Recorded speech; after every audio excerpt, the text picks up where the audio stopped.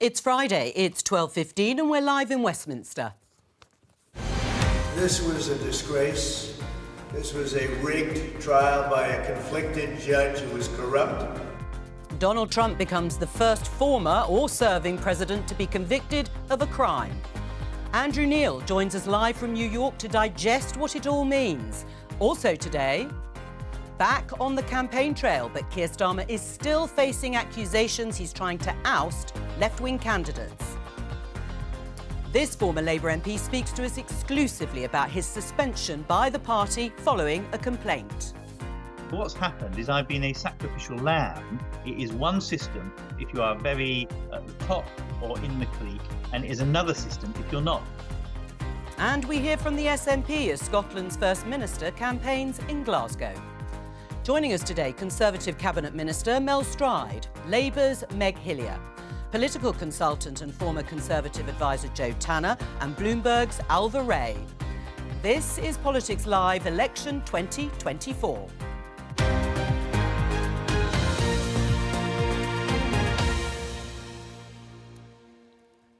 Well, let's start with the big news overnight that Donald Trump has become the first president in American history to be convicted of a crime. Let's take a look at some of the front pages. The Times.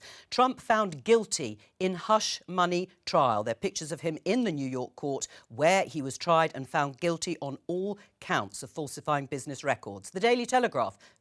Trump guilty with his eyes closed there. Let's have a look at another front page. Here, the New York Times, just one word, guilty. Jury convicts Trump on all 34 counts. And finally, a different take in the New York Post. Injustice. NYC jury makes Donald Trump first felon president after political hit job. Let's get your reaction when you heard the news. Alva.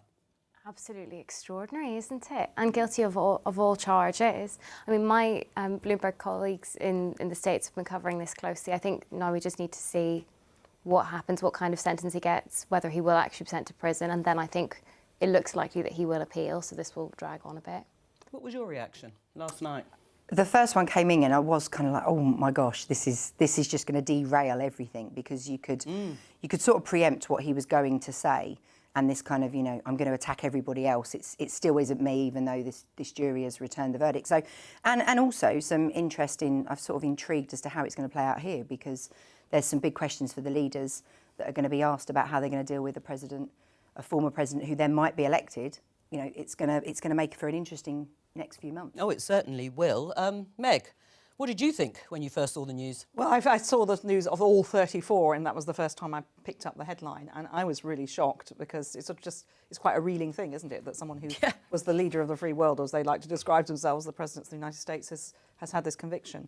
But I think there is a really, big challenges ahead. It's not going to be quick because of an appeal, so it could butt up right against the Republican selection and the actual US election. Right, and welcome to you for the second time this week, Mel Stride. Are they only letting you out at Conservative headquarters? No, I'm here by popular demand. Oh, of course, of course. Do you remember Mary Lloyd, before your time, many years ago, who was there by demand of the public? You're very welcome, and we're very pleased to have you here twice in 1 week. And your response to the other big... Well, as with everybody else here, I think just an extraordinary moment in US history. Not entirely unprecedented, in as much as I believe there was a communist that ran for the presidency of the United States about 100 years ago and did it from prison.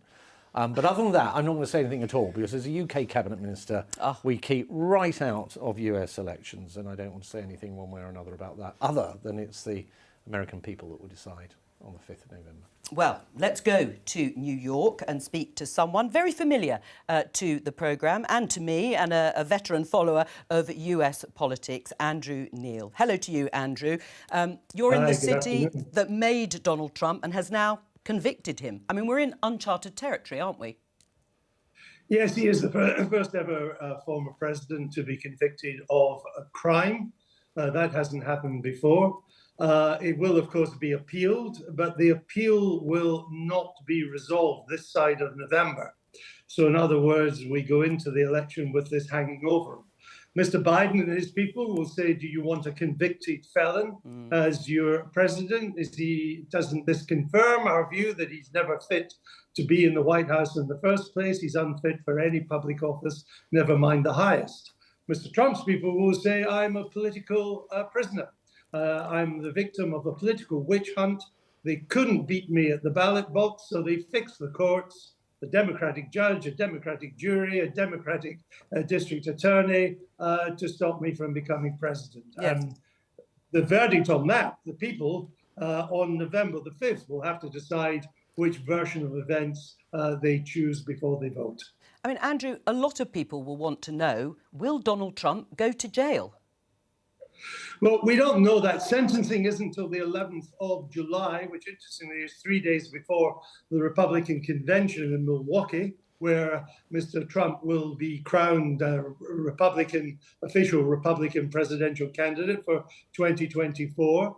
It's a white-collar crime. He's a first offender on these things. It's unusual for jail time to be given, even if he is given jail time by the judge, and the Republicans say he might because he's an anti-Trump judge. They claim he won't actually go to jail because the appeal process will stop that from happening. Of course, there is nothing in the US Constitution to stop somebody from running for presidency, either as a convicted felon or from jail. Yes. Indeed, Mel Stride is right. He wasn't quite a communist. He was an anti-World War I, anti-conscription guy that Woodrow Wilson threw in jail. And in 1920, I should say, 1920, the year Warren Harding won, he ran from the Atlanta Federal Penitentiary for president and got over 1 million votes. I remember interviewing him at the time, and he was quite an interesting character. Yes, I can imagine he was. I mean, it does seem incredible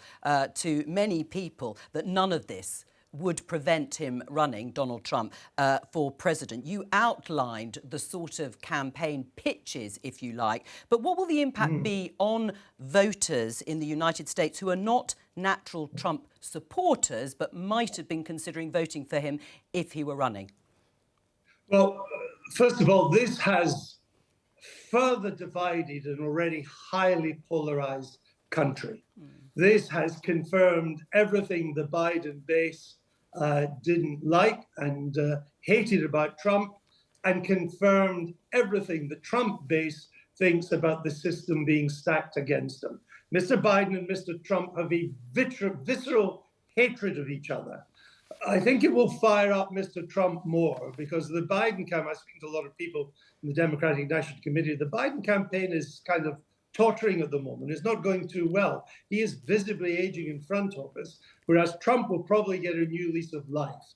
But the issue is not the core on either side, but turnout will be important, is how is this going to go down among centrists, moderates, and independents, particularly suburban women? And in some ways now, how this is interpreted in the suburbs, and as they call them in America, the exurbs, those bits further out from the city centre, how this is interpreted in Detroit, Milwaukee, and Philadelphia will determine the outcome of the 2024 presidential election. I mean, Andrew, whatever happens, there is the very real prospect that whoever wins the general election here in the UK could well be dealing with a convicted felon. What strains or difficulties will that bring to the UK's relationship, if any, with the US? Well, I mean, some politicians in Britain have already tied themselves in knots over Donald Trump. I mean, he is a difficult candidate to know how to deal with. I think Mr. David Lammy, the Shadow Foreign Secretary, at one stage was referring to Mr. Trump as a Nazi. Though in the past month, Mr. Lammy has been reaching out to Trump people. I know them and have spoken to them, and he's met them. So, you know, gone from Nazi to can I meet you? Look, at the end of the day, who the American people choose as their president, convicted felon or not, is the person that a British prime minister will have to deal with, whether we like it or not. We live in the world of realpolitik. Whoever runs America does not take away from the fact it is by far our most important ally. The worry I have at the moment, when you have a visibly ailing president and a convicted felon now as his main opponent, is that this is a good day for President Putin in Moscow and President Xi in Beijing. And an age when the autocrats are on the march and successful, once again, Western leadership is in the dirt and not up to the challenges the democracies face. Andrew Neil there in New York. You've got an exciting few months ahead. Let's put it like that. Great to talk to you. Sure have. Let's pick up on that. Yes, David Lammy, Shadow Foreign Secretary, maybe becoming the Foreign Secretary. He's changed his tone, hasn't he? A bit of realpolitik then, perhaps. Well, I think, Andrew's absolutely right. Whoever a country elects, you have to deal with the elected leader. And frankly, we're dealing with leaders of countries that aren't elected, let's be honest. That's the reality. Yeah, but this, of course, is a close outline. Yes, this is and I think that you have to deal with what you've got. I mean, we're due to have a new ambassador in Washington as well, around just after. I think they'll be taking over with January when the new president, whoever that is elected. So, that there will have to be an engagement, and of course, any government will engage, including Keir Starmer, if he's elected as Prime Minister, with whoever is the President of the United States. I mean, whoever wins the election, I mean, what will be going through their minds, do you think, Rishi Sunak or Keir Starmer in that first visit, if it is Donald Trump? I think that probably common interests trump personalities, actually. So I think the fact that there are so many threats in the world, from a rising China and issues between Russia and Ukraine and so on and so forth, means that actually we have a commonality of interest that will bind us together, as has traditionally been the case over many decades. And I would expect that to be what will win through, whatever may have been said about whoever prior to that point. Right. I mean, do you think people are already sort of thinking about the consequences of what could happen in November? I mean, it's interesting, the snap election, of course, has meant we're not rubbing up right against US politics in that sense. Yeah. Well, I think all parties that are serious about getting into government, and all governments, obviously look ahead, and they're gaming what the various eventualities might be and how they may be in the best position to do that. And of course, we have a fantastic Foreign Service that's very good at doing exactly that. So certainly that will be going. They might be all leaving in droves now, though, worried about what's coming around the corner. Well, doesn't feel like the diplomatic service is going to be an area you're going to want to go into, given so much happening. Or you may be called on for more diplomacy than ever before, Alva. Yeah, I think so. I mean, it's looking very likely that it will be David Lammy as Foreign Secretary in a few weeks, and you can see already that this will be difficult for parts of the Labour Party to swallow the approach that they will be taking with regards to Donald Trump. I mean, Sadiq Khan has had very public differences with Donald Trump in the past. He's been critical of David Lammy's charm offensive in America, and we've seen it on other areas of foreign policy as well. I mean, David Lammy and the sort of Labour leadership have had this approach of acting like they're a government in waiting already. So they've very carefully tracked the US line on Israel and Gaza, for example, and that has had a sort of a small electoral impact in parts of the country. People upset about the line that Keir Starmer took in that LBC interview months ago, but just in general, like, there are lots of MPs who privately don't feel that comfortable with it. We've seen in the past how foreign policy can destroy Labour and government, and I think that's looking a bit likely this time. Well, there are already problems here, of course.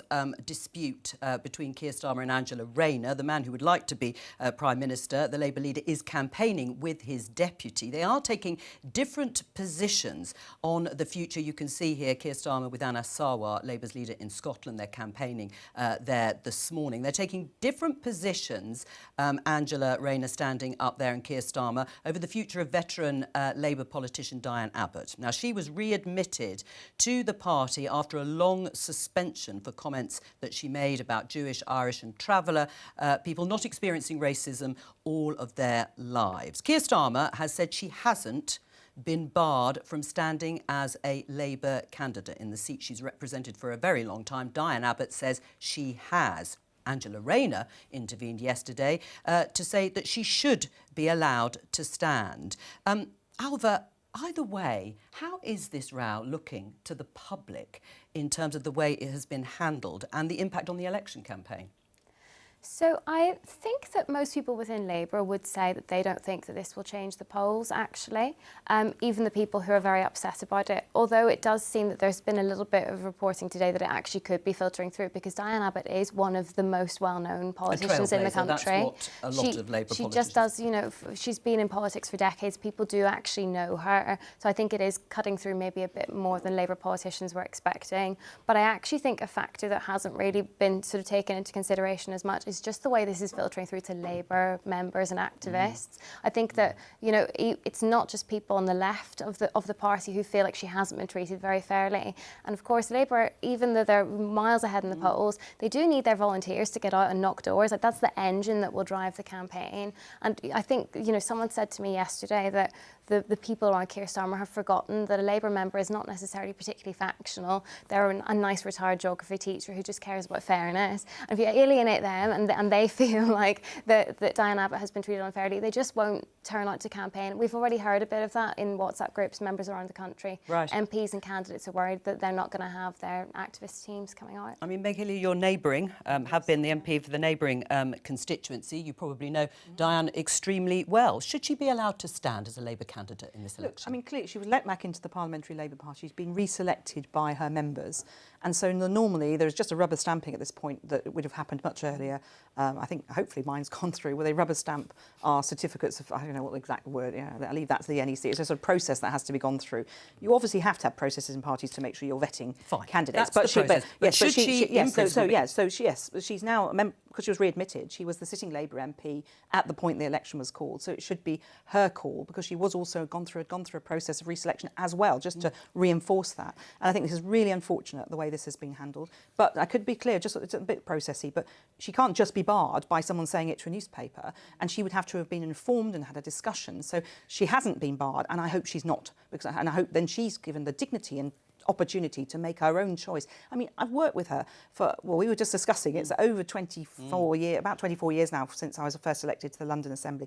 She's been a great support to me personally, but I go around the world, or people come to visit here, and they all know who she is. You know, she has a reputation with, it's been the Caribbean, with South African ANC activists, all sorts of people who know who Diane Abbott is, and she's stood up and been a person who's pushed at the boundaries of political discourse for a long time and been a trailblazer for many people. You'd like to see her stand as the Labour if she candidate? wants to. I think, let's be clear, I'm not going to speak for Diane. I think, you know, would I do that? No. I mean, Diane could perfectly well speak for herself. If she wants to stand as a candidate, there should be nothing to stop her at this point, because she was readmitted as the Labour MP for Hackney South and Shoreditch. She was on the whip, if you like, at that point. And so it's matter now for her to decide. And so I wouldn't want to predict what Diane's going to say, because I wouldn't want to speak for her. Right. I mean, Peter Kyle, who's a member of Labour's front bench, has said that Diane has got herself into this situation. Do you agree with him? Well, I think her letter was unfortunate, but she did apologise very quickly. She's gone through a long process. The complaints process for some people has been very lengthy. It went on too long, left her in a very difficult position. But this briefing this week has been really unfortunate. It's been, I think, not fair to her. It's not treated her with any dignity, and it was completely inappropriate for someone to try and second guess what would actually ultimately, anyway, be an NEC decision and a process that would involve Diane. And for somebody to think that they could say that to a national newspaper journalist, I'm assuming that the briefing was correct, but I mean, I don't know. Right. I think was really inappropriate. Well, Diane Abbott has said it's part of the party under Keir Starmer's leadership, carrying out a cull of left-wing candidates. Can I say that when Jeremy Corbyn was in control, I had to go through in fact, the elections came in time, two very nasty attempts at deselection. All of us went through that, and the rules were changed, and to try and make it really difficult for people. And rules changed, even things like venues changing at short notice, all sorts of challenges thrown in our path in an attempt to get rid of people like me. I railed against that, and I made sure, and I got through the processes. But I think that I deplore really anything that sort of seems this factional in any team. I think you need to look at people on their merits. Well, let's have a listen to Lloyd Russell-Moyle, who has been the Labour MP for Brighton Kemp Town since 2017, when Jeremy Corbyn was leader of the Labour Party. Well, he was suspended as a candidate and stopped from standing by the party a few days ago after a complaint was made against him about his behaviour. I spoke to him a short while ago and said, well, what choice did the Labour Party have other than to suspend you and stop you from standing for the party because of the complaint? Well, they could have made sure that they asked me to be able to put in a proper response. That wasn't even an option, and I had to force a response upon them from lawyers.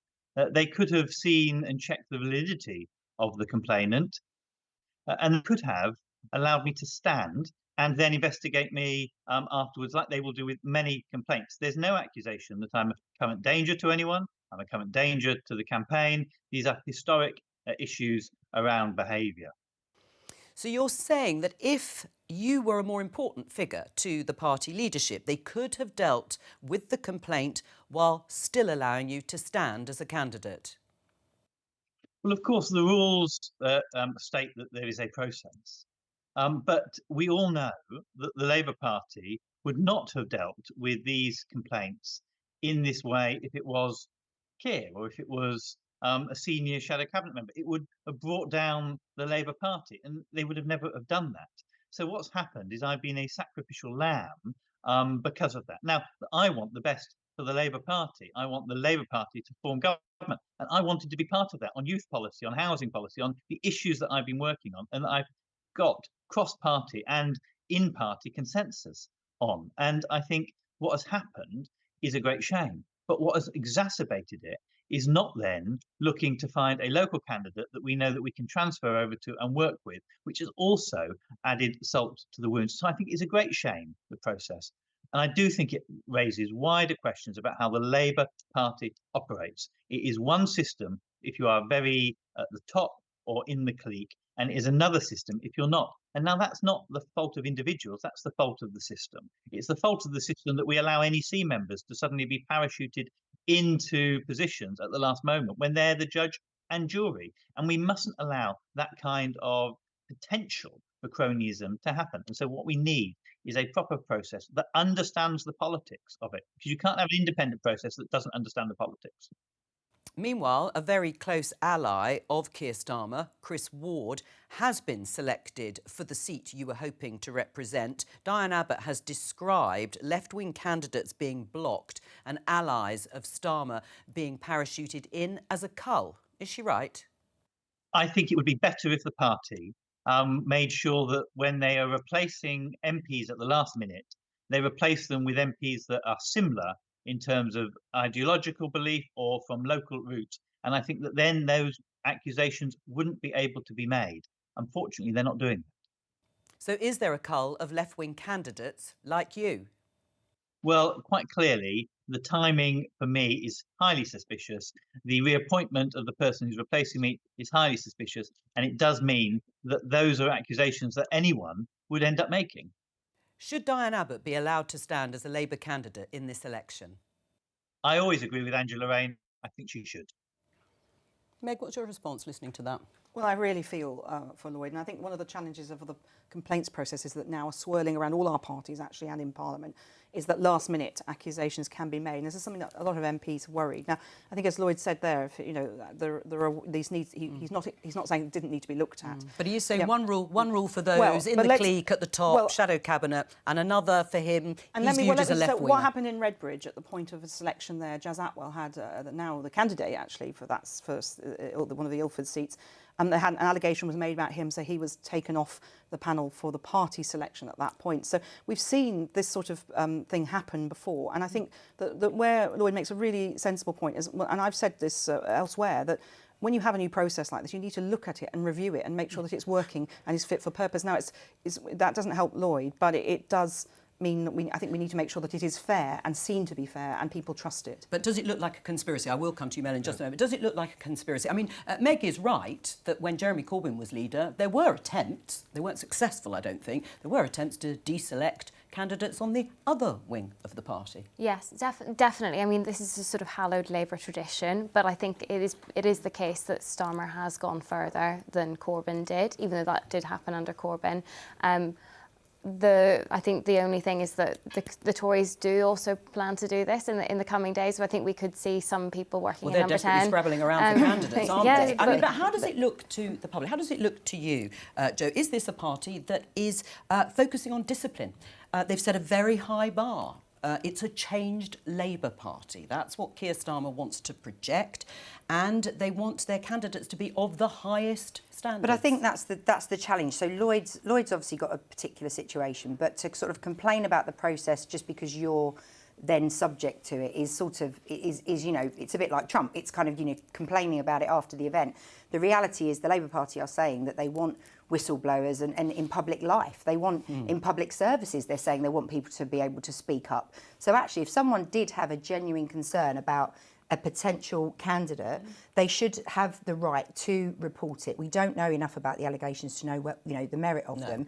So that is the first point. The second is, I think the problem that Keir Starmer's got, which I think is a bit of a shame actually, he's trying to show that he's taking control and, you know, I'm a Prime Minister in waiting, but then they've sort of bungled it along the way because of the way this week's gone.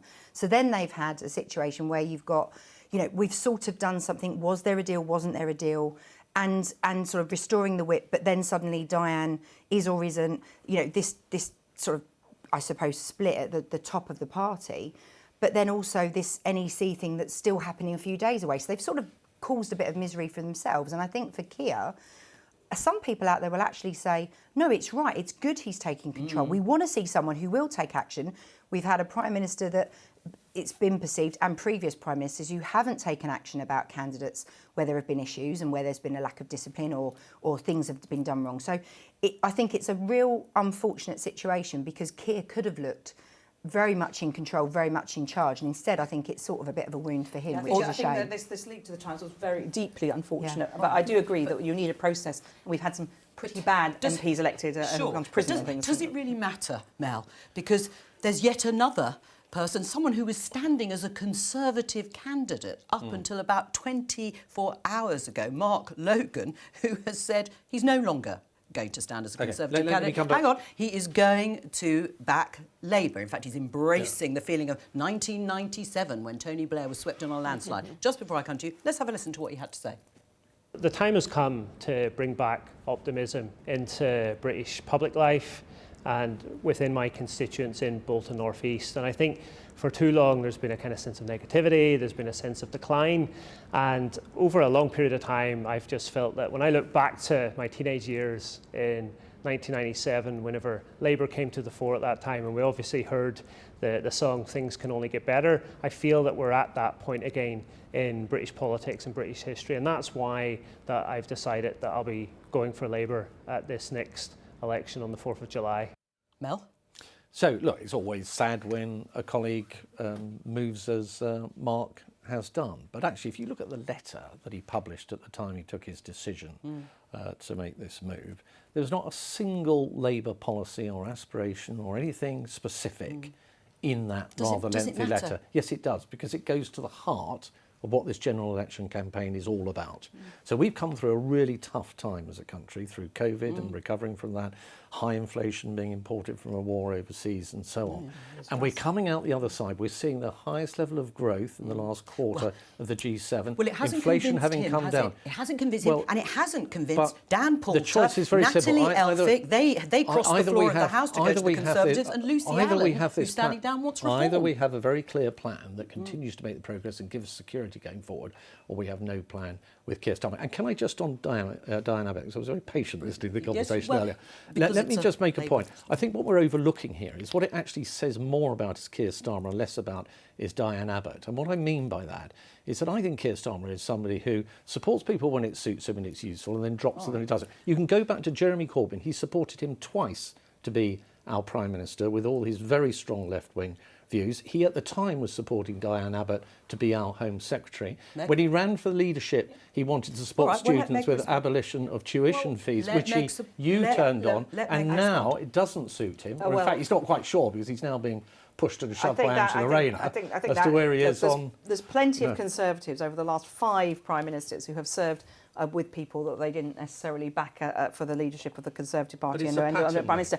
Well, it's been a pattern for some of your colleagues too, and I think, but there is a responsibility. When we were actually quite a small party, about half of our PLP, Parliamentary Labour Party, had to be on the front bench because you've got to populate those positions. And if people withdraw, you've got to have somebody doing the job of opposition. And there is a proper job of opposition in terms of policy. Look, we're inheriting a huge mess from the Conservatives. Liz Truss's short reign has thrown the country into chaos.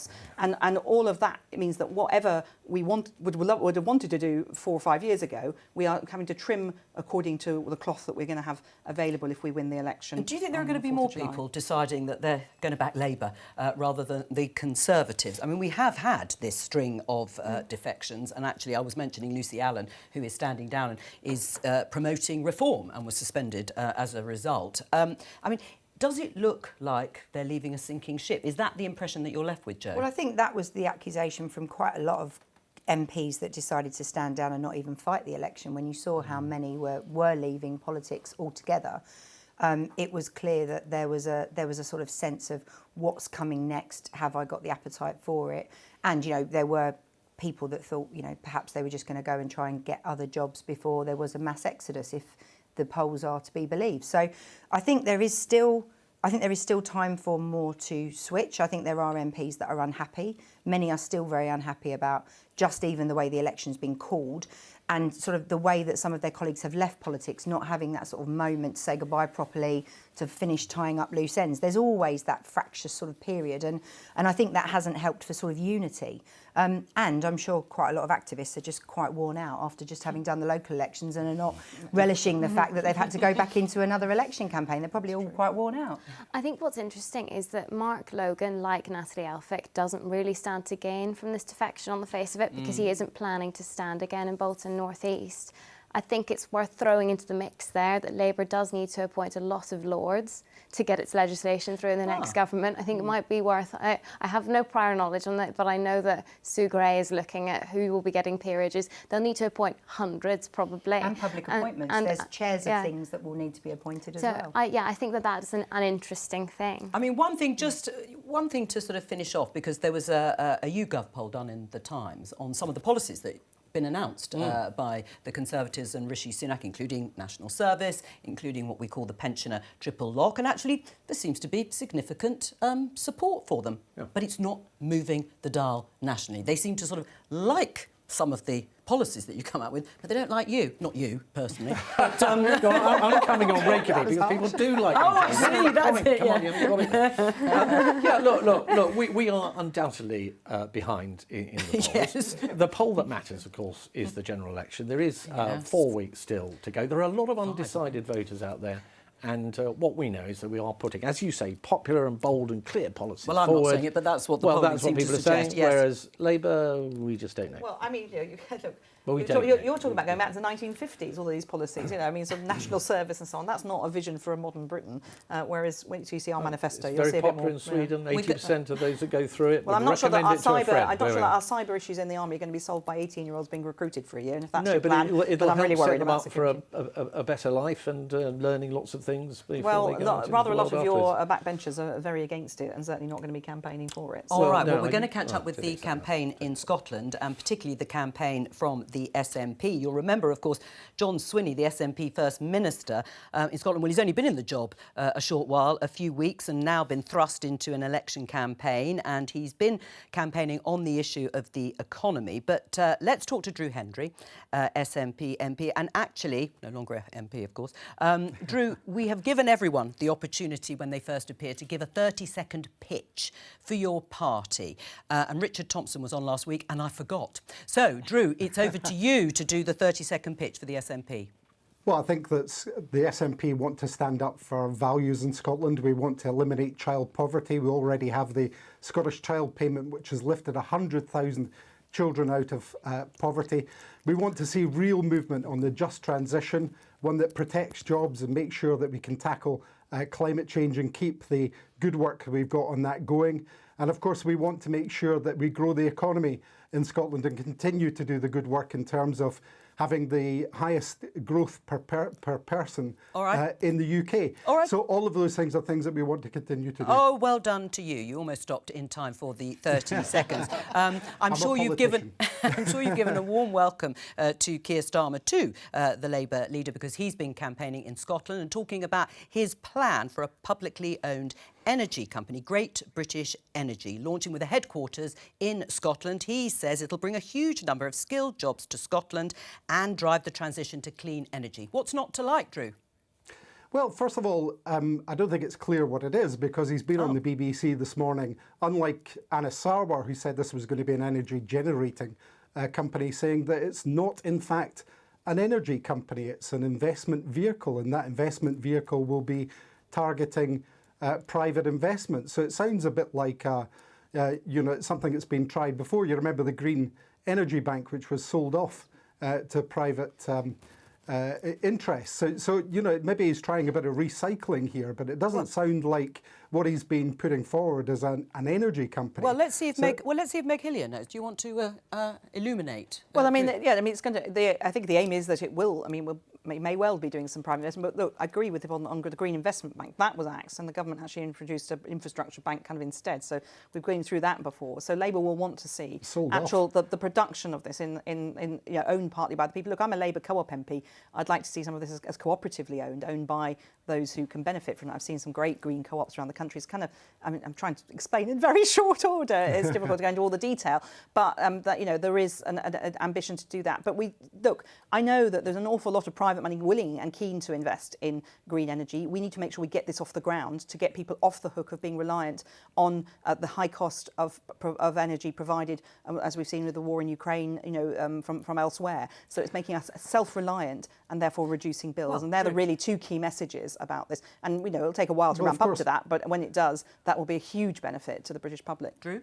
Well, of course, what we needed was what the Labour Party originally promised and what their advisor said was absolutely needed for the UK, which was a £28 billion a year investment in the just transition. But of course, there was a massive U-turn on that, a big betrayal of that promise, and that was what was required. Well, look, and what we have now is money being taken away in the, you know, to propose to be used for nuclear power stations in England from Scotland. Let Meg respond. Going to create it's going to risk jobs rather than create them. 100,000 jobs could go, according to the independent research. Drew, I spent 9 years chairing the Public Accounts Committee in the UK Parliament, and you know, I know how to look at funding energy. That 28 billion a year was right. You couldn't have spent it actually in that first year, so it was right to revisit that because you could spend it, but not well.